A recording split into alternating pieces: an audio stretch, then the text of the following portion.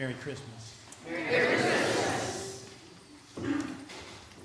Where is Christmas happening? That's a loaded question. Maybe a misguided question for some who would argue that Christmas happened. To suggest it's still happening is bizarre. It was an historical event over 2,000 years ago, and some celebrate and some do not. Period. And yet there is clearly a desire to make it happen again and again. Certainly, commercialism attempts to create a culture of FOMO around this season, a fear of missing out. Christmas is happening, usually at a special rate with limited supplies.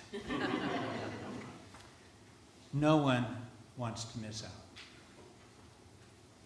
We too try our best to make Christmas happen, usually with great stress as we attempt to fill the stockings, get the cards out, set travel plans, and find the right tree.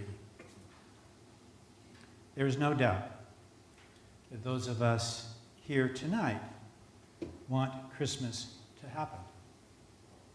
We try to make it happen by embracing aspects of the story. Maybe if we take on the role of the wise men and give gifts, we will arrive at Christmas. Maybe if we gather together and sing like angels, light some candles and tell the stories surrounding Christmas, maybe then Christmas will happen for us. Maybe if we, like Mary and Joseph, return to where we were born, if we get on a plane to travel to that place where we were raised, or gather with old acquaintances and family members, perhaps then we will arrive at Christmas. Maybe if we put ourselves into the actual drama of the story by being in a pageant, we can come closer to Christmas. At the earlier service, which was indeed packed, where we do no rehearsal pageant where kids can step up and just be whoever they want to be in the drama. Angels were very popular tonight. Second to, wait for it, cows. What's happening out there? Cows were very popular.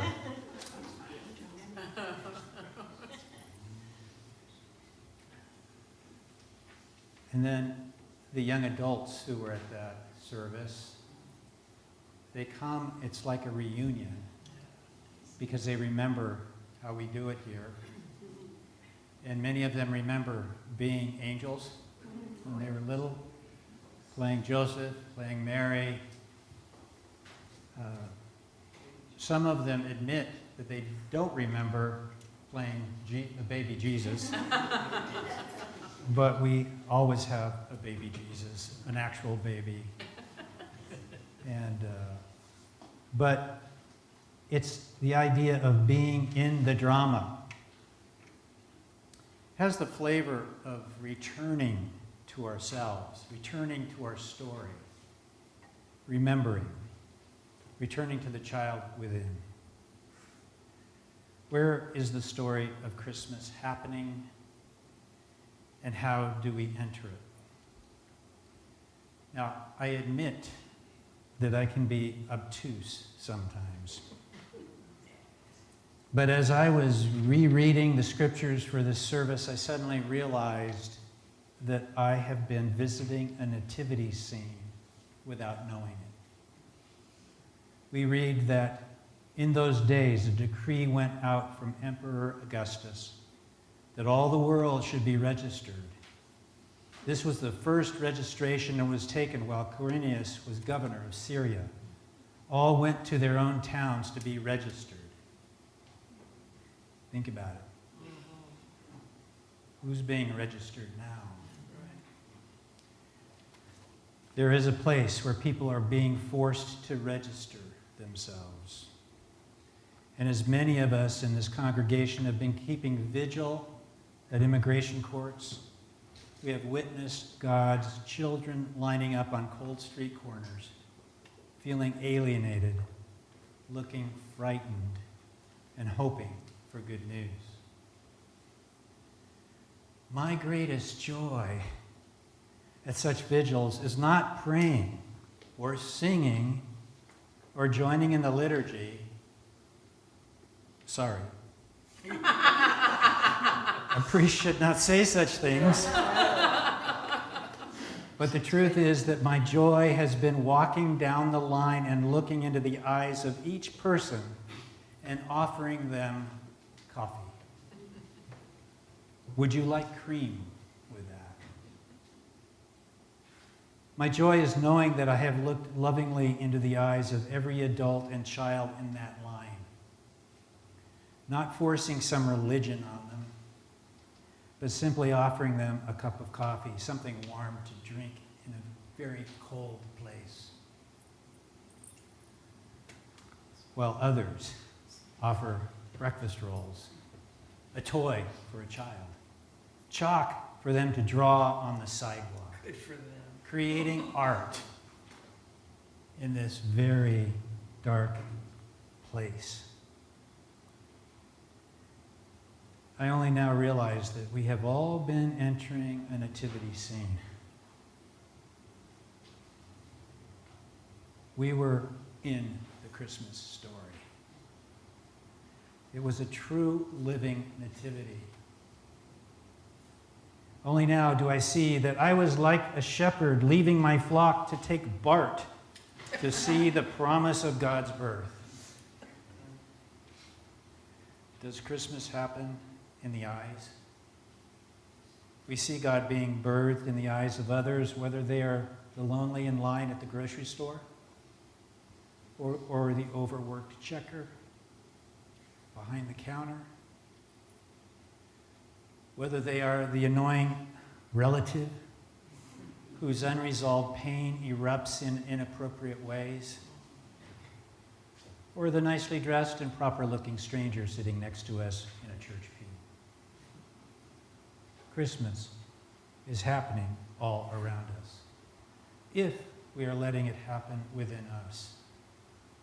Because the truth is that the real story of Christmas is that God becomes radically vulnerable, arriving as a helpless infant, in a poor family, in exile, a family shamed by status and by scandal, an infant targeted by the empire for extinction, lest this message spread.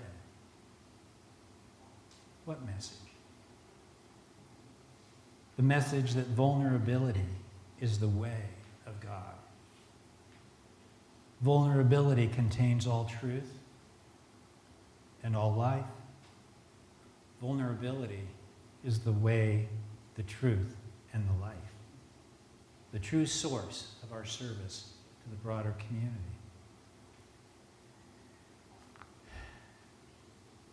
Where is Christmas happening? Listen to how vulnerable you are, where you feel vulnerable. And it's happening there. In the manger of our hearts, in the places of our tenderness, our openness, our suffering, and our wonder and joy.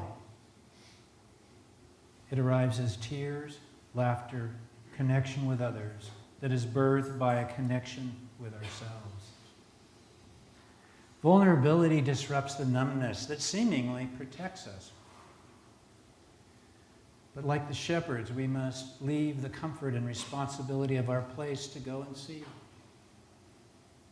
Like the wise men, we allow the disruption in our universe to move us out of our comfort zone as we cross borders, both inward and outward.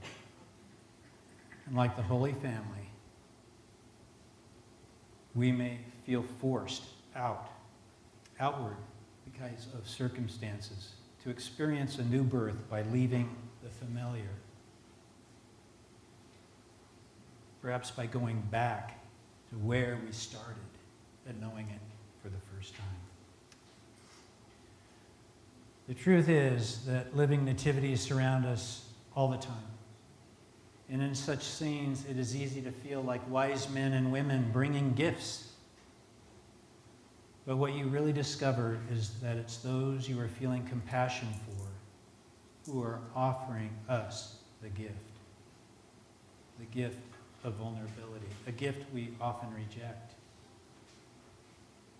Christmas was found not so much in my compassionate eyes as I served coffee, but primarily in the eyes looking back at me, eyes that offered me the gift of vulnerability.